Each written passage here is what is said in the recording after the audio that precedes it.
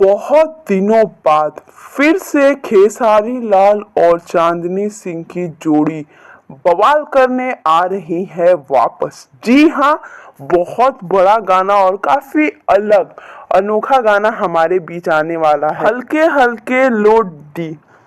जी हाँ, गाना काफी अलग है। कब आने वाला है, किस चैनल पे आने वाला है, पूरी जानकारी के लिए अंत तक देखें और आपका हमारा साथ बना रहे, उसके लिए हमारे चैनल को जरूर सब्सक्राइब करें।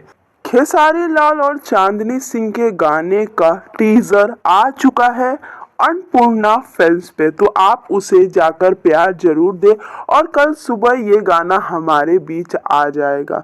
अभी से ही सारे जगह पे शेयर लगा दिया गया है। खेसारी लाल के फैंस वैसे काफी एक्टिव है, ये सबको पता है, इसीलिए इनके हर एक गाने को काफी ज्यादा सोशल मीडिया पे शेयर मिलता है और काफी ज्यादा लोग एक्टिव भी है। इसीलिए तो हर बार खेसारी लाल जी के गाने पे लाइक का रिकॉर्ड बनता ही है। बस यही कहूंगी कि प्यार जरूर दे और हमारे वीडियो को लाइक करना ना भूलें।